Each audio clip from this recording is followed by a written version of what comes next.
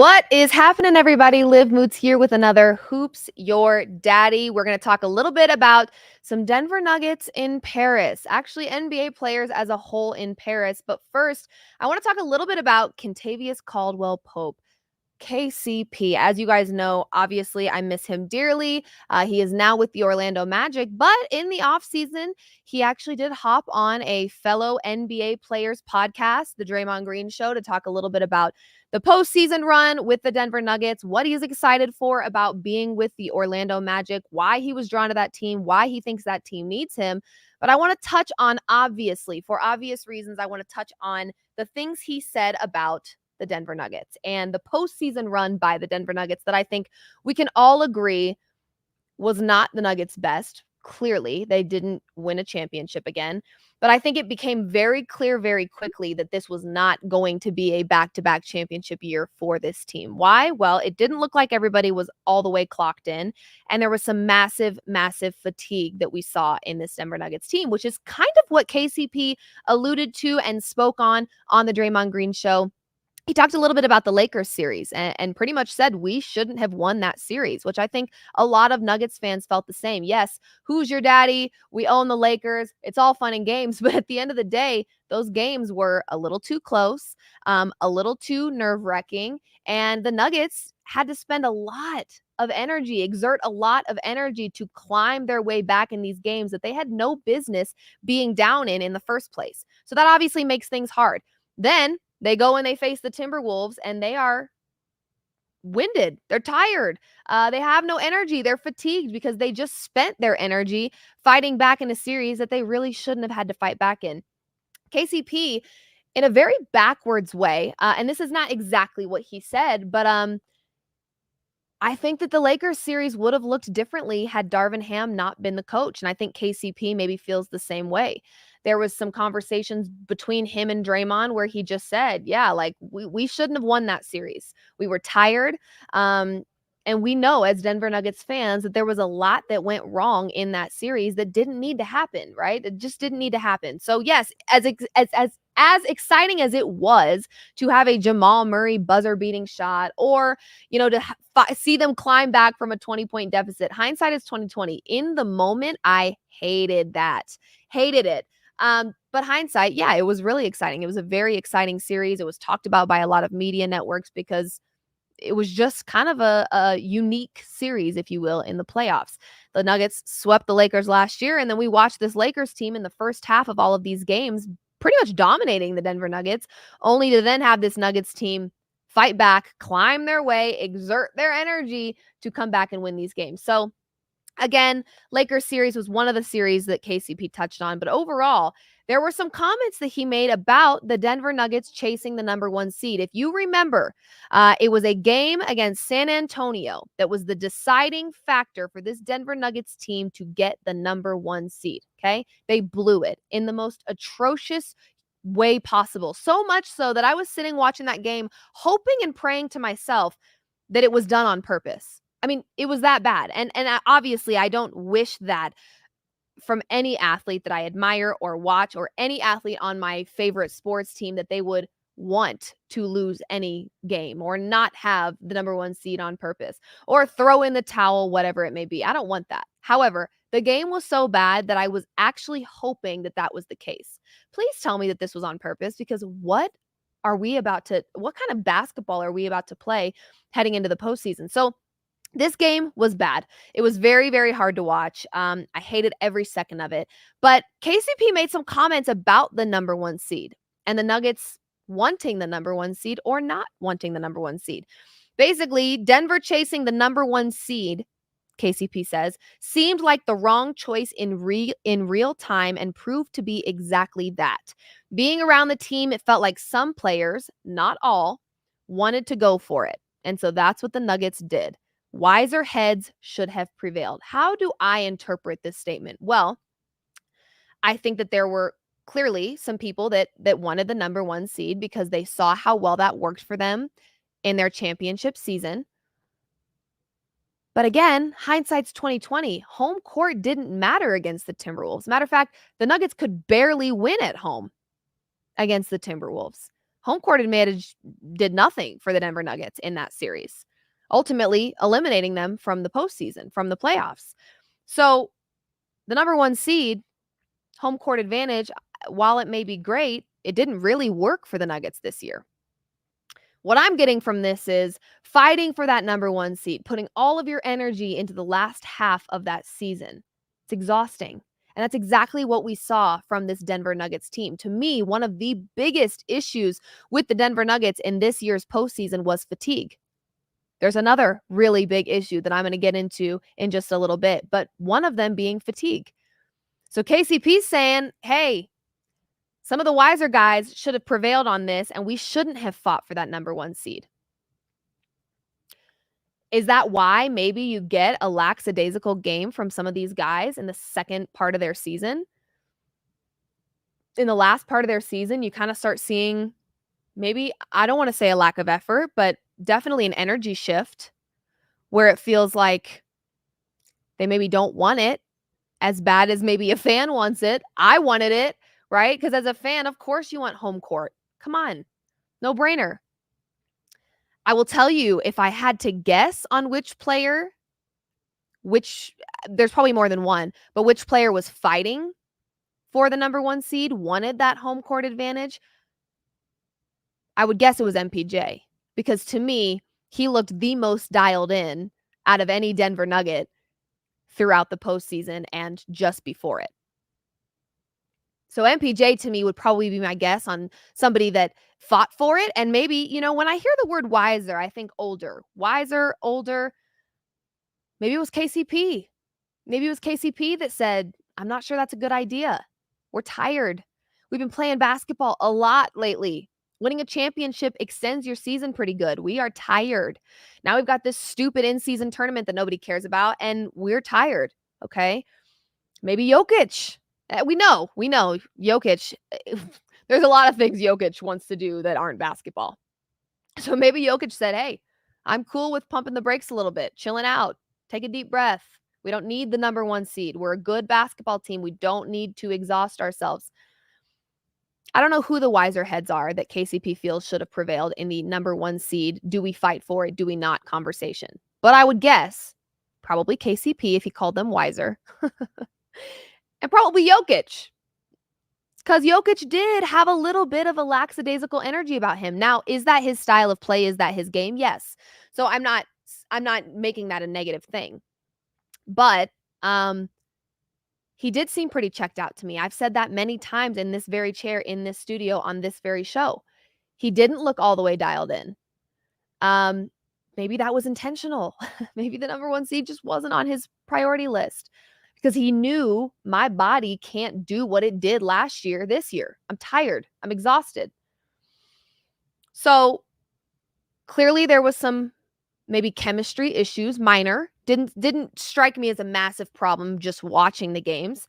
But it's clear they weren't on the same page, the Denver Nuggets, this postseason. Why? Was Bruce Brown a glue guy? Probably. He still frequents Denver. He's got a Nuggets tattoo on his arm.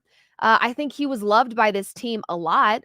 And maybe he had some type of, energy about him that was able to kind of connect the dots. You need a guy like that. You need a glue guy. I think KCP probably stepped up to be that guy once Bruce Brown left. And I think KCP has probably always been a leader on this team. Now we've lost him. So if it's not Bruce Brown and it's not KCP, who is it? Who steps up? Who's the leader? That will be a very interesting thing to watch unfold with this Denver Nuggets team. Can it be Russell Westbrook? A veteran presence who is new to the group, but not new to this game and not new to this league, that can come in and say, all right, here we go. I hear you. Let's meet right here. Russ could be that guy. So fatigue was a problem. We weren't on the same page in the postseason this year. Let me pretend to be shocked. We saw that. We watched that. Okay, we watched that unfold. I felt like there were 2 main issues with this Denver Nuggets postseason run. 1 being fatigue, 2 being Jamal Murray. And I'm just keeping it real. Okay? Is Jamal Murray a great basketball player? Yes, he is. Is Jamal Murray deserving of being an all-star? Yes, he is. Did Jamal Murray play a good postseason? No. Did he have really cool moments that we're going to talk about forever? Yes. Was he consistent? No. He wasn't. We can't be casual fans, okay? We got to look at this from a bigger picture. He was the most important, one of the most, if not the most important postseason player in their championship run, and then he fell off the map. He had 0 points scored in first halves of playoff games. Guys, yes, buzzer beater, electric. We'll remember it forever. He proved he can be one of the clutchest players in this league. But did he have an overall good postseason? No, he didn't. Okay. And here's why I want to talk about the Olympics. Is it an honor and something that I absolutely respect, admire, and want to see happen that our NBA league is being represented on a global level? Absolutely. That these NBA players get to show what they have and represent their countries on a global level? Love it. Love it. Here's what I don't love. When Jamal Murray wasn't performing well in the postseason, fans were very quick to do what? To blame injury. Okay? An injured player like maybe Joel Embiid or Jamal Murray, it's probably in their best interest to use their offseason to rest and rehab. Here's where the conversation gets hard. You are representing your country on a global level. It's an honor, the highest, okay? And it only happens every 4 years. But we're looking at a situation with Jamal Murray where he had a really rocky, shaky postseason, battled injury, which fans loved to blame on his inconsistent performances, and now we're not getting an offseason. Okay, I'm not sure we're going to fix the issue then. Full transparency. Now, it's just tough because every 4 years we get a chance at the Olympics, and Jamal happened to have an injured postseason this year. But what does that mean for the Denver Nuggets next season? What version of Jamal Murray are we going to get? In his career, how many times has he gotten injured? Okay. Throughout his career, 2021, obviously the knee. Horrible. 2021 again, had a shoulder injury. 2020, elbow. 2020, calf. We have more calf injuries this last postseason. The list goes on. There's a lot of games. I mean, I'm scrolling here. There's a lot of game. Oh, let's see if you can see that. Kind of can. There's a lot of games here, you guys, where Jamal's got injuries. You can't blame him for it. I mean, my God, these athletes put their bodies through the ringer. That's not what I'm saying. What I'm saying is this would be a really great time for Jamal Murray to be getting his health in order. Because again, he may get injured. God willing, he does not. Okay, I don't want that. But then it's tough for me to have conversations with diehard Nuggets fans who say, well, he played bad because he was injured. And we're about to, the money that he makes, that the Nuggets are going to keep dumping into his lap, which many would say deservingly so. If he can't play, then what are we doing? I hope Jamal Murray is healthy throughout the entirety of next season and doesn't run into injury problems in the postseason next year. That's what I'm hoping and praying for. But I don't feel great about it considering he's typically injury prone. He's coming off of his roughest postseason yet due to injury, some may say. And now he's not really getting a true proper offseason to rest. It's tough. It's just a tough thing. It's a tough thing because, yes, representing Canada at the Olympics, duh, right? Feels like a no-brainer. But can we keep using his injuries as a scapegoat for poor performances if it's gonna just probably continue to be a problem.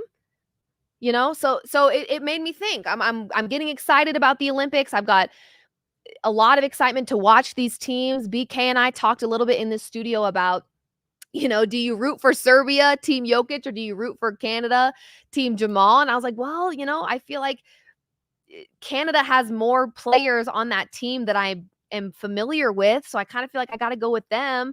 Um, SGA, there's a lot of great players there. SGA, Dwight Powell, RJ Barrett, Lou Dort. I mean, Dylan Brooks. There's players that I'm a little more familiar with. I bet on them. I talk about them a little more. So yeah, I mean, I would probably lean Team Canada. Of course, getting excited about the Olympics starting, it just had me thinking, like, we really do have our all-star, our offensive all-star. My gosh, coming off of a rough postseason, and we're now losing the off season where he could be getting his body right. So it's something to think about, especially with all these conversations about, who's coming up behind Jamal, Trey, Jalen. You've got potentially, fingers crossed, Russ coming off the bench. What will that look like? Will we have a healthy Jamal Murray? I don't know. Makes me worried. And the reason, again, don't want to have a double standard here. You're probably sitting there thinking, well, why haven't you talked about Nikola Jokić? Well, Nikola Jokić didn't have injuries that caused him to score 0 points in the first half of playoff games. We weren't running to use injury as an excuse for a bad game by Jokić. One player feels like a much larger injury liability to me than the other.